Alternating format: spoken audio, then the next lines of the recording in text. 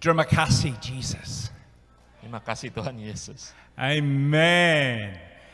Well, the book of John 10:10 says this, Di dalam kitab Yohanes 10 ayat 10 mengatakan, I've come that you may have life and have it to the full. saya datang untuk memberikan kehidupan bagi kamu semua, saudara-saudara memiliki kehidupan di dalam setiap kelimpahan. So you might ask, what does that mean? Mungkin saudara bertanya, apa artinya itu? Well, to many people, it means different things. Ya, bagi banyak orang itu mungkin berbeda artinya. To some people, it means having lots of money. Bagi banyak orang mungkin kehidupan yang berkelimpah itu punya banyak uang. To some people, it means having, I don't know, you decide what it means. Mungkin bagi saudara-saudara punya arti sendiri apa itu hidup yang berkelimpahan. But I want to tell you a story. The last 2 weeks, I've had a sore back. Ya, 2 minggu ini saya memiliki sakit di bagian pinggang belakang. Why have I had a sore back? Ketika saya mengalami sakit itu, Because of the pandemic. karena pandemi. The swimming pools are closed. Karena banyak yang tutup, saudara. I can't go for a swim and exercise my back. Karena saya tidak bisa melatih punggung saya di semua kolam renang itu tutup. I was a farmer when I was young. Ketika saya masih muda, saya seorang petani, saudara. And if you come from the countryside, you know farmers sometimes get bad backs. Ya, saudara tahu kalau saudara di Indonesia adalah seorang petani, saudara tahu kadang-kadang petani itu mengalami sakit bagian punggung belakang. So I find if I swim 3 times a week, my back stays strong. Dan saya akhirnya tahu bahwa ketika saya berenang 3 kali seminggu, punggung saya menjadi kuat, saudara. But I had my last swim on the 7th of January. Tapi tahun ini, saudara, terakhir saya berenang itu pada tanggal 7 Januari. First month, my back was okay. Ya, bulan pertama setelah berenang terakhir itu punggung saya masih oke. About a month ago, I felt it was getting a little sore. Ya, sekitar sebulan terakhir ini saya mulai merasakan sedikit tidak baik, ya, sedikit nggak enak di punggung saya. 2 weeks ago, 7 o'clock in the morning, my neighbor knocked on the door. Ya, 2 minggu lalu tetangga saya jam 7 pagi ketok pintu rumah saya. She said, would I help carry her washing machine down the stairs? Dan dia minta saya membantu dia mengangkat mesin cuci dia turun ke bawah. I don't speak Cantonese, she doesn't speak English. Saya tidak bisa berbahasa Kantonis, dia tidak bisa berbahasa Inggris. We both speak Putonghua. Tapi kami dua-duanya berbicara Mandarin. My Putonghua is so-so, Ya, bahasa Mandarin saya ya gitu-gitu aja mamatai. hers is buhao. Nah, dia punya sendiri nggak bagus. And she was the boss lady telling me what to do. Tapi dia itu seperti bos perempuan gitu ya, tunjukkan apa yang harus saya lakukan. Farmers are strong, we know how to lift. Ya, seorang petani kuat, dia tahu bagaimana mengangkat sesuatu. But there was a language problem. Tetapi ada masalah bahasa. So I didn't argue. Tapi saya tidak berargumentasi dengan dia. I carried her washing machine downstairs, and for 2 weeks my back has been so painful. Saya bantu dia membawa mesin cuci itu ke bawah dan 2 minggu lamanya punggung saya sakitnya luar biasa. I know that will not last for much longer. Saya percaya itu tidak akan lama sakit ini. But you know, sadly, there are some limps or injuries that last all our life. Tetapi saya tahu ada sakit dalam kehidupan kita, mungkin ya seperti tubuh kita ada sakit bagian otot kita yang memakan sakitnya itu lama sekali. So I have put up with this for 2 weeks, Karena saya sudah mengalami ini untuk 2 minggu, but I wouldn't want to put up with it for life. dan saya tahu itu tidak akan selama-lamanya. But sadly, there are some things that people carry through their whole life. Tetapi ada dalam kehidupan kita sebagai manusia, kita bawa sepanjang hidup kita. Jesus said, I came that you may have life and have it to the full. Ya, Yesus katakan seperti tadi ya, Yohanes 10:10, aku datang untuk memberikan kehidupan, yaitu kehidupan yang berkelimpahan. A sore back is not a full life. Ya, sakit bagian tulang belakang bukanlah hidup berkelimpahan, saudara. The book of Proverbs is 31 chapters. Some people say you should read one chapter a day. Kitab Amsal jumlahnya ada 31 pasal, orang mengatakan ya saudara harus baca ya sehari satu pasal. And one friend of mine when I was a young Christian said to me, you should read a chapter of Proverbs every day and 5 chapters of Psalms. Nah, teman saya pernah mengatakan, selama hidupmu kamu harus baca Amsal satu pasal, satu hari, dan 5 pasal dari kitab Mazmur. And that way you'd read them every month. Dan itulah kita bisa membacanya setiap bulan. My question is, April only has 30 days. Book of Proverbs has 31. Ya, pertanyaan saya, April cuma ada 30 hari ya. Amsal ada 31 pasal. What do I do with the extra? Apa yang saya harus lakukan dengan satu pasal yang kelebihan? Now the book of Proverbs they say the book of Proverbs, it's like a father talking to one of his children. Ada yang mengatakan kitab Amsal itu berisikan bahwa seorang bapak sedang berbicara kepada seorang putranya. That's why they call it the book of wisdom. Makanya dikatakan kitab Amsal itu adalah kitab hikmat dan bijaksana. A father wanting to give good, godly counsel, advice to his children. Ya, kitab Amsal itu seperti kitab seorang bapa yang memberikan hikmat, nasihat kepada anaknya. So today we are going to look at Proverbs chapter 5. Hari ini kita akan lihat Amsal pasal kelima. And Proverbs chapter 5 it's called Romance and Marriage, the title of this message. Ya, kitab Amsal pasal kelima ini berisikan tentang romantika dalam pernikahan. And you might say, well, I'll come to that later.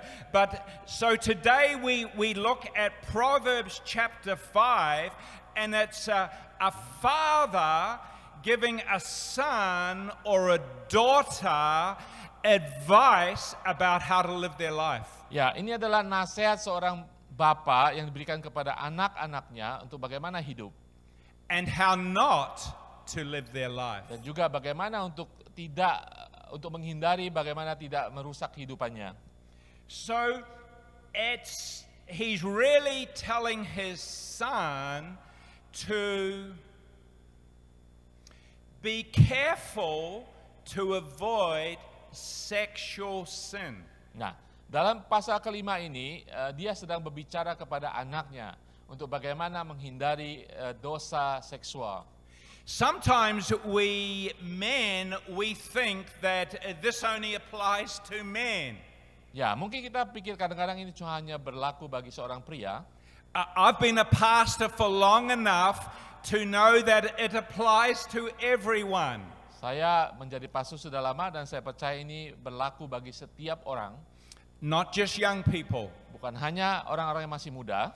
Mary and I were traveling on the MTR several months ago. Ya, saya dan Mary, istri Pak Pastor John, naik MTR beberapa waktu yang lalu. And on the seat opposite us was a man about my age with a young woman I thought was his daughter.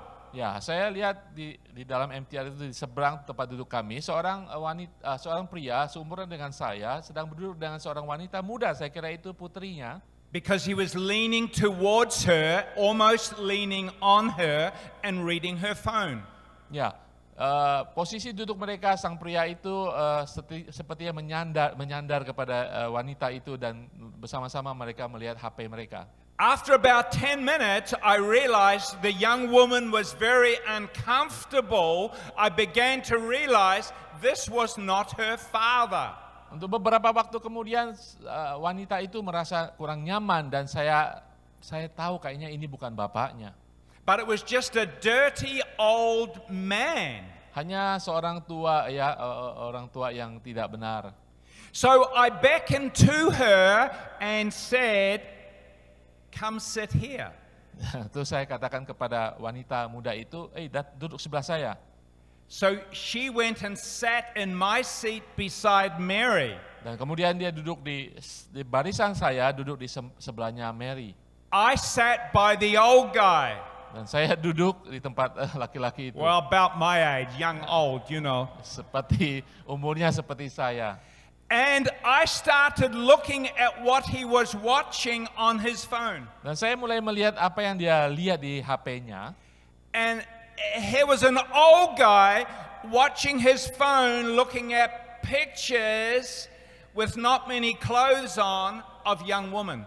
Ya, seorang pria ini, saya tahu bahwa dia sedang melihat fotonya, gambar seorang perempuan yang bajunya kurang gitu ya. After a few minutes, I started getting angry with him. Dan beberapa saat kemudian saya mulai merasa marah kepada dia. In Chinese, I started telling him, "You're an old guy, they a young woman." Dan dalam bahasa Mandarin, that you are a bad man. saya katakan kamu adalah pria yang tidak baik. And you should get off this train now. Kamu harus keluar dari kereta ini sekarang. Well, people started looking at me at that time. Dan orang sudah mulai melihat saya yang berbicara keras kepada pria itu. And the thing that normally happens, Ya, no one else said anything. ya, hal-hal seperti ini terjadi dan tidak ada orang yang berbicara atasnya. But you know, we have 2 daughters. Ya, kami Pak Sujan punya 2 putri. And I would like some man to stick up for my daughters. Dan saya mau ada orang yang membela putri saya. So I told him he's a bad man. No one else said anything. Dan kemudian ketika saya katakan, engkau pria yang tidak baik, orang-orang tidak peduli, saudara. I started to get a little more angry and I turned around and said, "You should go." Dan kemudian saya merasa lebih marah lagi dan saya katakan, engkau harus keluar dari sini. Well, he moved away but didn't get off the train. Ya, dia hanya berpindah gerbong, saudara, mungkin, tapi tidak keluar dari kereta. Several months later, I was on the train again. Beberapa bulan kemudian saya lihat di kereta juga. The same man came on, Orang pria yang sama, saudara, following another young woman. mengikuti wanita muda. This time I just looked at him. Kali ini saya hanya melototi dia. I wanted to go like this, Saya mau berbicara kepada dia seperti ini, kasih tanda, saudara. but I just looked at him. Tapi saya hanya memandang dia. I wanted him to know that I recognized him. Saya ingin tahu dia bahwa saya mengenali dia.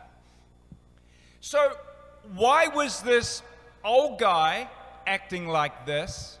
Ya, mengapa saudara pria tua ini bertingkah laku seperti ini? I want to suggest to you today the reason he was acting like that is that he was carrying his injury for his whole life. Saya katakan kenapa dia berlaku seperti ini. Saya katakan dia membawa sakit di punggungnya, tanda petik, seumur hidupnya. 2 weeks is okay, but all your life. 2 bulan mungkin tanda petik sakit itu kita bawa mungkin oke, tetapi seumur hidup kita bawa kesakitan itu nggak bagus. But that's what the Bible says about sin. Itulah yang dikatakan Alkitab tentang dosa, saudara. Sin gets a hold of us. Ya, hati-hati dengan dosa, dia akan menguasai kehidupan kita. It won't let us go. Dosa tidak akan begitu saja membiarkan kehidupan kita It wants to bebas. stop us having an abundant life, a full life. Dosa ingin menghalangi kita untuk menghidupi kehidupan yang berkelimpahan, saudara. I think I've told you this story before about being in Mindanao, Manado.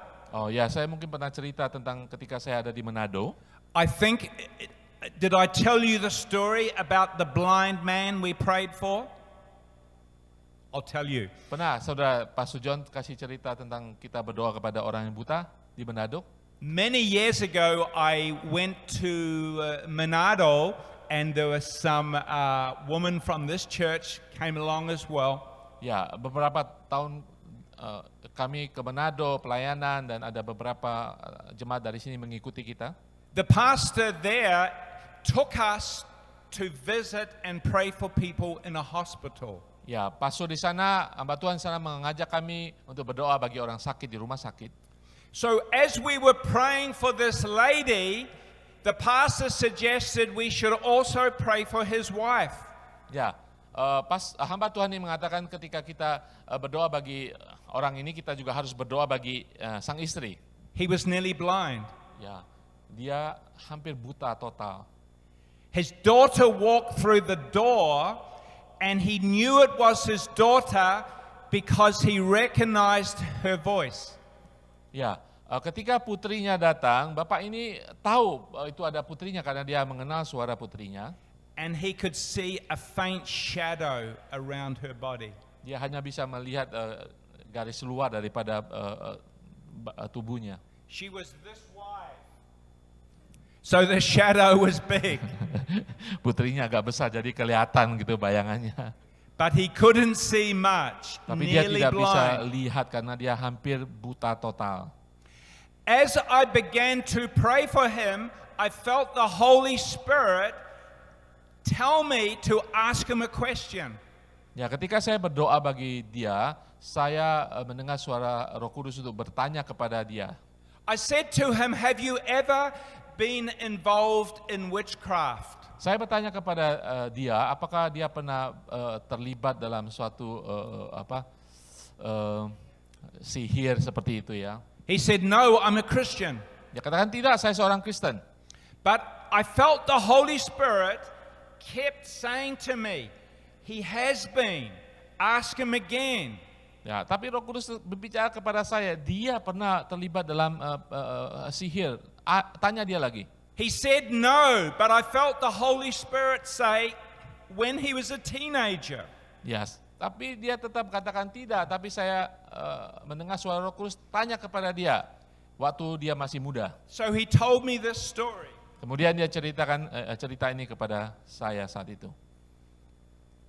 He said, "Well, yes, when I was a teenager, but I didn't take it seriously." Dia katakan, ya saya pernah terlibat seperti itulah ya, waktu saya masih muda, tapi saya nggak pikirkan itu sebenarnya. He was 15 or 16 about to join the Navy. Dia umurnya 15 atau 16 ketika saatnya dia akan bergabung dengan tentara TNI. So his father and uncles took him to like a witch doctor priest in the village. Ya, kemudian mungkin bapaknya atau pamannya membawa dia ke dukun di desanya. And they prayed over him. Dan dukun itu berdoa kepada pemuda itu. And he said, "But I didn't take it seriously." Tapi dia mengatakan waktu itu saya nggak nganggap apa-apa waktu itu. But I said, "You need to repent of that. Ask God to forgive you." Dan saya berkata kepada dia, kamu harus bertobat daripada apapun yang terjadi waktu itu. Minta Tuhan mengampuni. He repented, asked God to forgive him. Dia bertobat dan dia meminta pengampunan dari Tuhan. And 5 minutes later, we have a photo of this man reading. Ya, kemudian kami mendapatkan foto daripada dia sedang membaca. 5 minutes before, he's almost blind, can only see a shadow around his daughter. Ya, saudara, 5 menit sebelumnya dia tidak bisa melihat, hanya melihat bayangan daripada putrinya. 5 menit kemudian dia sudah bisa membaca, saudara. He repented. Dia bertobat, We prayed for him. kita berdoa, We broke the curse over his life. kami mematahkan kutuk dari kehidupannya. And we took a photo of him reading, pointing to the words. Kemudian dia membaca dan kami mengambil foto pada waktu dia membaca. So I tell you that story for this reason. Saya ceritakan cerita itu dengan alasan There are things we do and there's a penalty for it. apapun yang kita lakukan dalam kehidupan ini ada resikonya, ada hukumannya, saudara. But we don't have to carry the injury for life. Tapi kita semua jangan membawa sakit itu, saudara, cedera itu sepanjang hidup kita. And that's the good news. Itu adalah kabar baik. So what we're talking about today in Proverbs chapter 5, it's really talking about avoiding sexual sin. Apa yang dibicarakan hari ini di dalam Amsal 5 adalah berbicara bagaimana kita menghindari dosa seksual. So this doesn't apply to young people or old people. It applies to everyone. Ini bukan berbicara tentang, ini buat anak muda atau buat orang tua. Semuanya ini berlaku, saudara. Jesus says, I came that you may have life and have it to the full. Sekali lagi Yesus datang mengatakan, aku datang untuk memberikan kehidupan kepadamu, yaitu kehidupan yang berkelimpahan. And when we pay the price for sexual sin, ya, saat kita harus menanggung atas dosa-dosa seksual kita, it's like carrying an injury for life. itu sepertinya kita sedang membawa kesakitan The sepanjang good hidup news kita. is, Kabar baiknya adalah Jesus came to set us free from that, Yesus datang untuk membebaskan kita dari itu. and He will, Dan Dia akan, and He will. dan Dia pasti akan. But how much better if we know the Word of God and avoid the sin?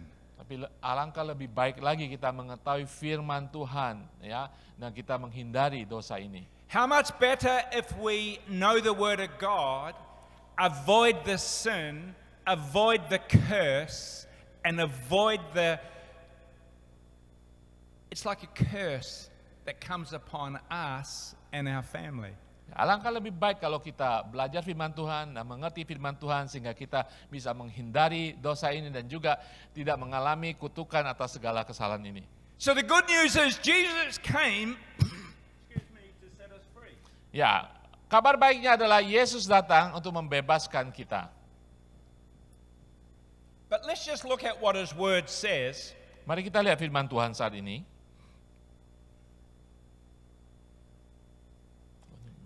He says here in verse 17, he says, in verse 21 he says, our ways are in full view of the Lord. Ayat 21 mengatakan di dalam Amsal 5, dikatakan karena segala jalan orang terbuka di depan mata Tuhan dan segala langkah orang diawasinya. So we need to know that. Ya, kita harus tahu itu semuanya. I heard a pastor say once about sin. Saya pernah dengar seorang hamba Tuhan mengatakan tentang dosa. He said this, Dia mengatakan ini, it will take you further than you want to go, ya dosa itu akan membawa saudara lebih lagi daripada yang sebenarnya kita maui. and it will make you pay more than you want to pay.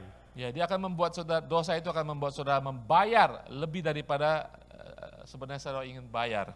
The good news is Jesus came to set us free from that. Kabar baiknya adalah Yesus datang untuk membebaskan kita. But in the book of Proverbs it says this, drink from your own well. Ya, di dalam Amsal di ayat awalnya ayat 15 mengatakan minumlah air dari kulamu sendiri, minumlah air dari sumurmu yang membual. Terjemahan lain mengatakan minumlah air dari bejanamu sendiri, timbalah air dari sumurmu sendiri. Pastor Ari's, your Indonesian is very good. Yes, thank you. It's very good. Yeah. Yeah, very good. So our ways are in full view of the Lord. Ya, saudara, firman Tuhan mengingatkan kita, segala jalan orang terbuka di hadapan Tuhan, tidak ada yang bisa tersembunyi. The wages of sin are death. Upah dosa adalah mati. And when we sin, it ties us up. It's like we carry that injury with us. Ketika kita berdosa, itu mengikat kita seperti kita mengalami sakit di punggung ini kita alami setiap hari. So we're not living life to the full, the fullness, the abundance that God planned for us to live. Sehingga kita tidak mengalami kehidupan yang Tuhan Yesus mau, yaitu kehidupan yang berkelimpahan. Why? Kenapa saudara? Because guilt and shame comes around us, Karena rasa malu, rasa bersalah akan mengikuti kehidupan kita, stops us from fully giving ourselves to another akan and fully trusting another. membatasi kita, menghalangi kita untuk mengasihi orang lain, untuk percaya kepada orang lain. I want to encourage you today with what I'm going to say next. Saya ingin menguatkan saudara untuk apa yang akan saya katakan ini.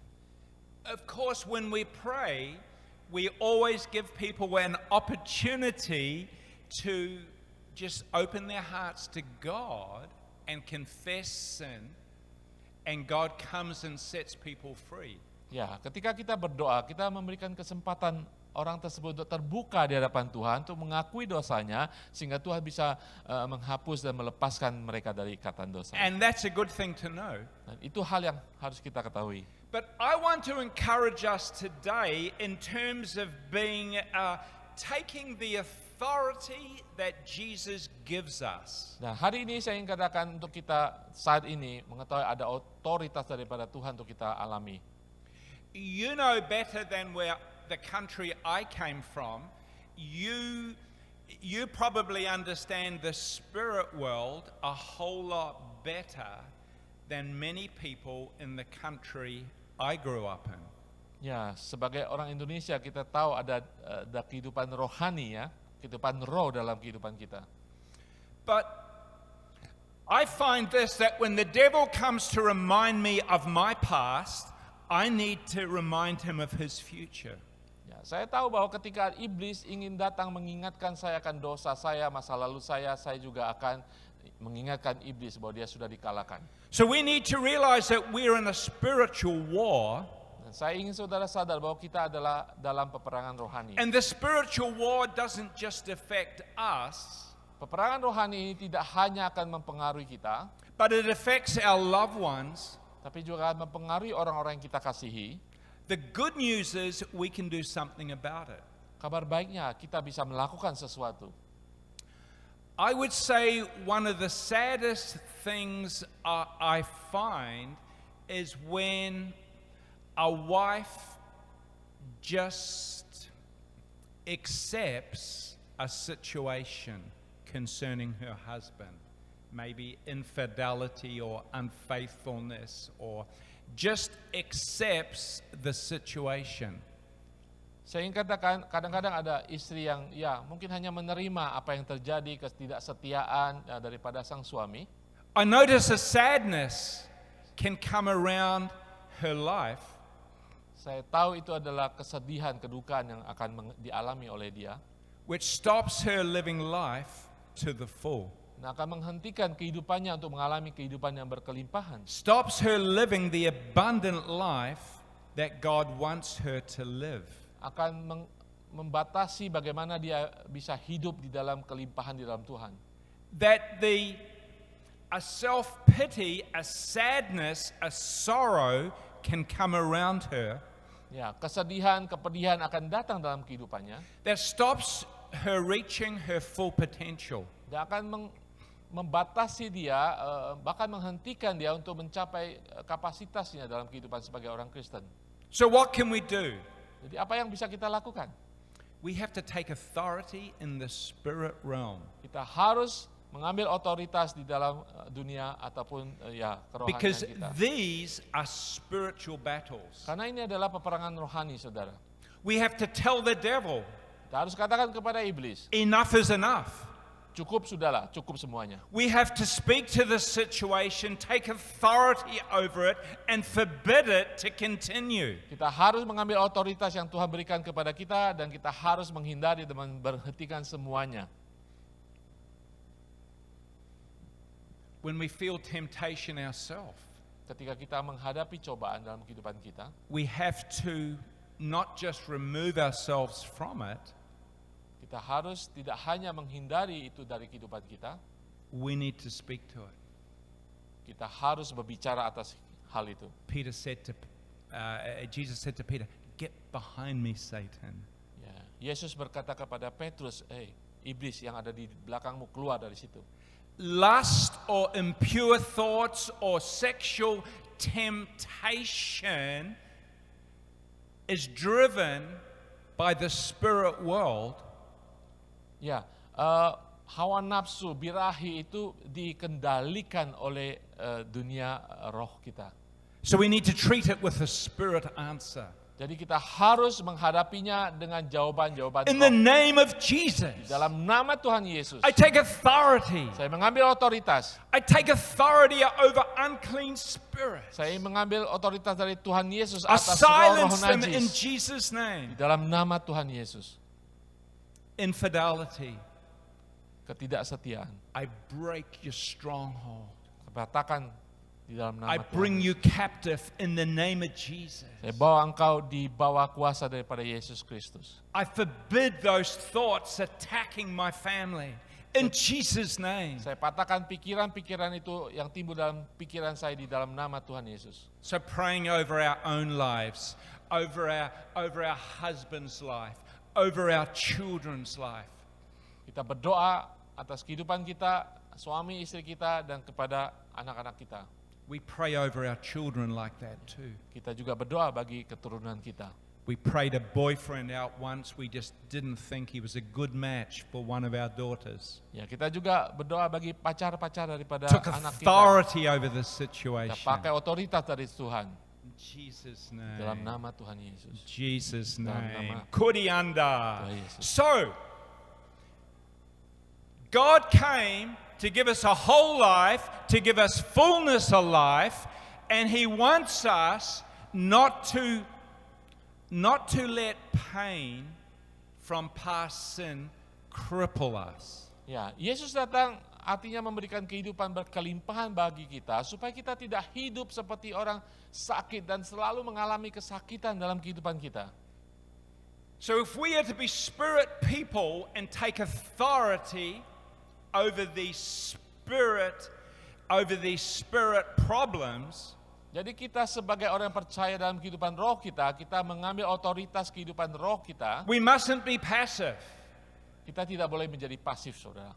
We take authority. Jesus said, whatever you bind on earth shall be bound in heaven. Whatever you loose on earth shall be loosed in heaven. Kita memakai otoritas yang Tuhan Yesus berikan kepada setiap orang So percaya. speak to the sin. Untuk kita ikat apa yang bisa ikat, untuk melepaskan apa yang bisa kita lepaskan dalam otoritas I Tuhan Yesus. bind you from tormenting me or my family. I take authority over that power.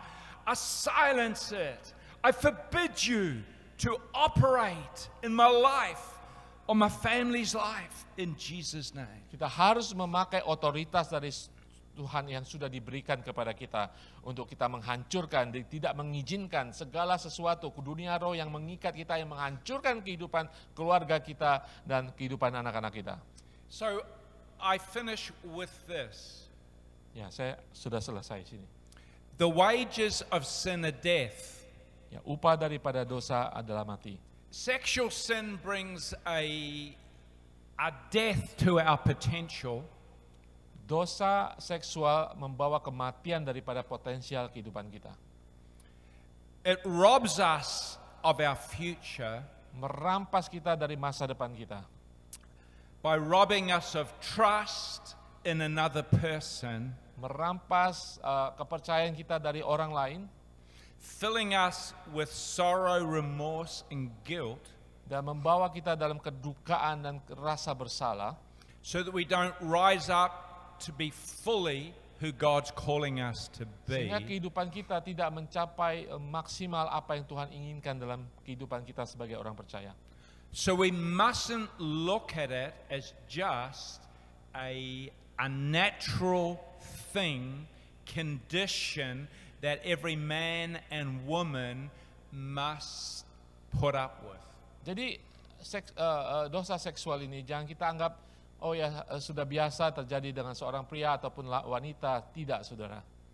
Our billboards at the MTR bombard us. Kita harus tahu hari-hari ini kita sudah biasa melihat papan-papan iklan membombardir kita dengan gambar-gambar. Music, TV, everything bombards us. musik, televisi, ya, membombardir kita dengan gambar-gambar yang tidak benar. It's like the devil's working overtime. Sepertinya si iblis itu bekerja overtime. So let's not be passive. Jadi kita sendiri sebagai umat Tuhan jangan menjadi pasif. Let's open our spiritual eyes and ears Buka mata rohani kita, telinga rohani kita. and respond in a spiritual way. Mari kita meresponi dengan kuasa di dalam roh kita. Let's have no music. Let's everyone just stay where you are. And often I find the music team everywhere, every church are so good, but they often miss out on ministry times, So all the music people, just stay where you are. Why don't we just sitting where we are? Ya, saudara, mari kita tetap di tempat. Tim musik nggak usah naik ke atas. Mari kita tetap di tempat kita. Why don't we just talk to the Lord? Mari saudara, kita boleh saat ini masuk dalam renungan dan kita berbicara kepada Tuhan. The first thing we need to do, if there's sin, if there's unconfessed sin, we just need to say, God, forgive me. Saudara, mari kita saudara sendiri boleh berhadapan dengan Tuhan. Kalau ada dosa-dosa yang belum saudara bawa ke hadapan Tuhan, bawa saat ini saudara. But I feel something else today. I feel there are mothers here today that need to speak honestly with your children. Saya merasakan ada mungkin ibu di sini yang harus berbicara terus terang kepada anak-anaknya. You know, what you are discerning about their behavior, even though you're a long way away. Mungkin ada ibu di sini yang mungkin boleh merasakan tingkah laku daripada anak. In the spirit, there's no distance. Mungkin saudara merasa, jaraknya jauh, tetapi saudara harus berbicara secara terus terang karena Some of you have been worried about your teenage children. Mungkin ada di antara saudara saat ini sedang khawatir tentang anak remaja kalian. And that's the Holy Spirit warning you. Kalau itu ada dalam hati saudara, Roh Kudus sedang mengingatkan saudara. So you need to confront it in prayer. Sehingga saudara sebagai orang tua harus menghadapi, harus berbicara kepada mereka. Bind those unclean spirits tormenting your children. Saudara harus patahkan roh-roh itu yang sedang menghancurkan kehidupan anak saudara. Forbid them to torment your children. Ya, hancurkan dan bawa mereka keluar daripada siksaan daripada kuasa roh-roh itu. And speak purity over them. Dan berbicara tentang kemurnian hidup mereka. Bind the uncleanness, opposite, loose purity. Patahkan, ikat semua yang tidak bersih, lepaskan roh-roh yang murni dalam kehidupan mereka. So pray for them spiritually and speak to them directly. Berdoa di dalam roh atas kehidupan mereka dan berbicara secara langsung kepada kehidupan mereka. I feel there are women here today you need to forgive some people who have wronged you in these areas, who have sinned against you. Saya melihat ada seorang sini yang mungkin mengalami kepahitan. Saudara harus melepaskan pengampunan itu bagi orang yang sudah mungkin selama ini menyakiti saudara. I read a definition of unforgiveness. Saya membaca tentang pengertian tidak memaafkan. It said unforgiveness is like eating rat poison and ourselves but wanting the rat to die.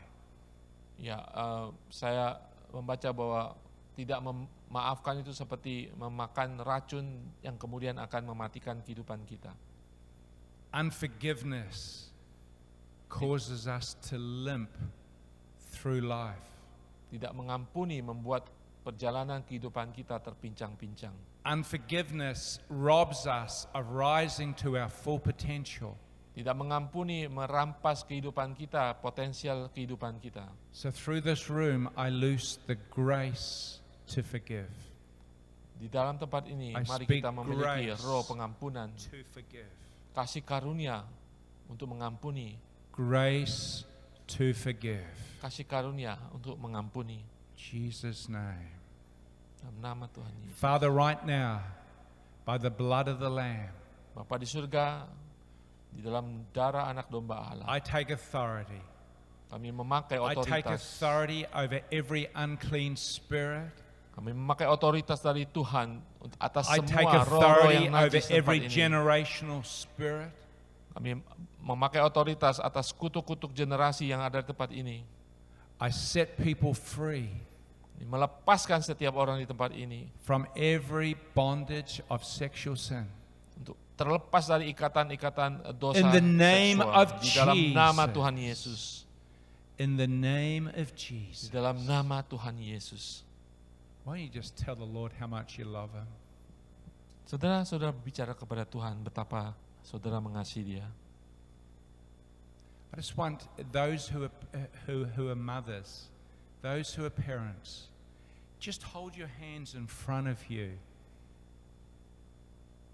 Just imagine your children in your hands. Saudara yang seorang ibu, saudara bawa tangan saudara di depan saudara seperti saudara sedang memegang anak saudara.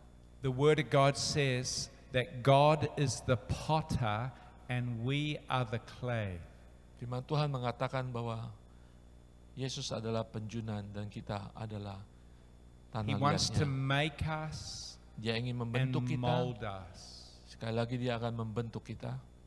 But a parent's job also is to take spiritual authority.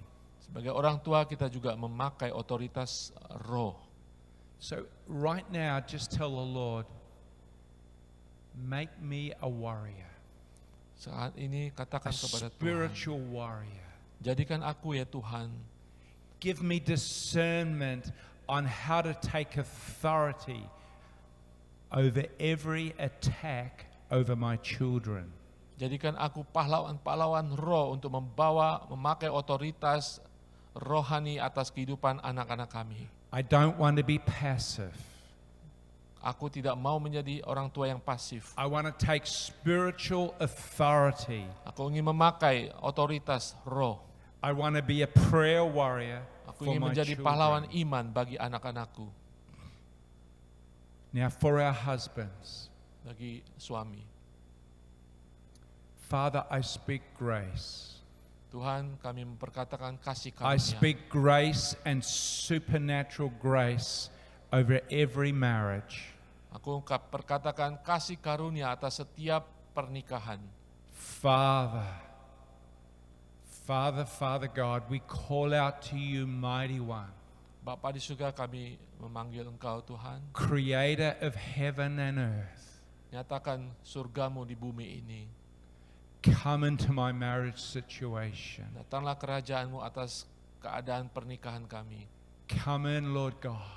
Datanglah Tuhan, Lord Jesus Christ. Tuhan Yesus Kristus. Oh, Jesus. Yes.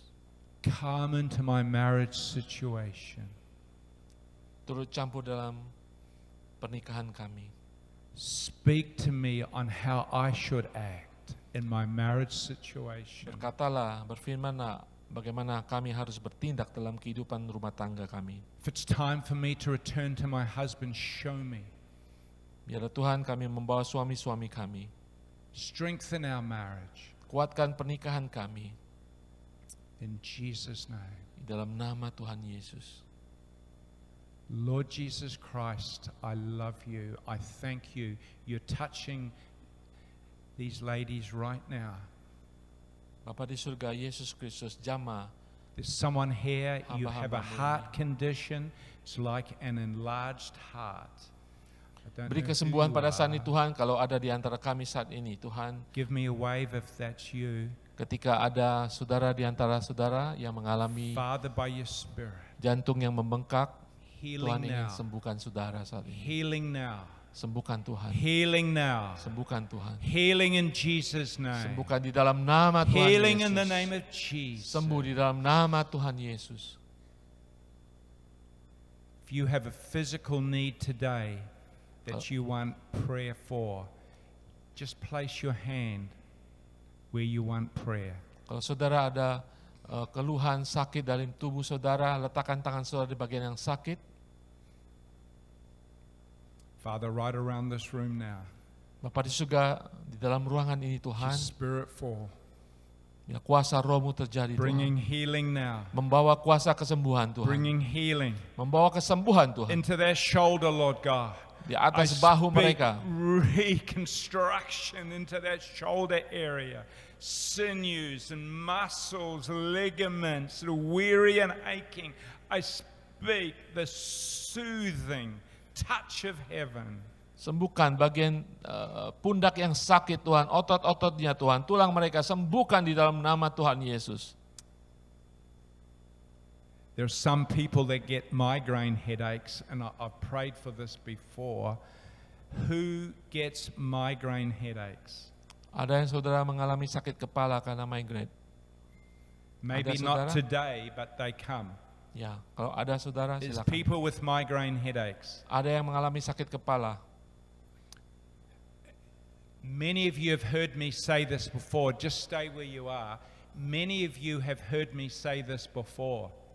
But I find migraine headaches, 99.999% of the time, it shows me something. Ya, bagi saudara yang mengalami sakit kepala karena migrain, It, ada sesuatu yang ingin dikatakan.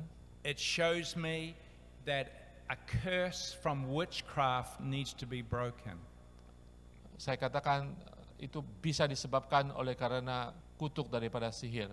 So when we go to a faith healer for healing, when we go to someone to have our future told to us, when we have idols in our house, when we get someone to read our palm of our hand to tell us the future. Ya, pada saat mungkin dulu kita pernah ke dukun, baca tangan, ramal hidup kita pada saat itu. I find every time that someone prays a prayer and asks God to forgive them, Dan saya tahu itulah yang mungkin menyebabkan hal-hal yang terjadi dalam kehidupan kita. Dan saya tahu bahwa ketika kita datang kepada Tuhan dan minta Tuhan mengampuni dosa kita, we pray a prayer, they will and which breaks the curse from the witchcraft. They, like the man who was blind, they will never have another migraine headache. Dan kita, So pray with me, Lord Jesus. dan kita berdoa kalau kita percaya pada Tuhan, kita percaya Tuhan akan mematahkan segenap kutuk-kutuk itu yang pernah mungkin kita lakukan dulu, dan kita percaya Tuhan akan menyembuhkan itu dan sakit itu tidak akan kembali lagi. Mari kita berdoa. So Father, forgive me for visiting the faith healer, the witch doctors, for having my future told, for having my palms read. Forgive me. Bapa di surga, ampuni kami, mungkin pada masa kehidupan kami pernah ke dukun, peramal, orang-orang pintar Tuhan. If there have been idols in the house, it probably not your choice they were there, but you still come under that curse. Ya, mungkin ada penyembahan-penyembahan berhala di tempat kerja kita, mungkin bukan karena kita, tetapi kita ada di bawah pengaruh daripada kutukan penyembahan berhala. So set me free, Jesus. Tuhan Yesus, bebaskan kami, merdekakan kami. So I take authority now over witchcraft. Kami I memakai break otoritas that surga atas stronghold of semua witchcraft, that kuasa-kuasa generational sihir, stronghold. ikatan-ikatan I di dalam set nama people Tuhan free Yesus. in the Kita name dibebaskan of di dalam nama Tuhan Jesus. Yesus. Freedom in Jesus' Merdeka, bebas name. di dalam nama Tuhan In Yesus. Jesus' name.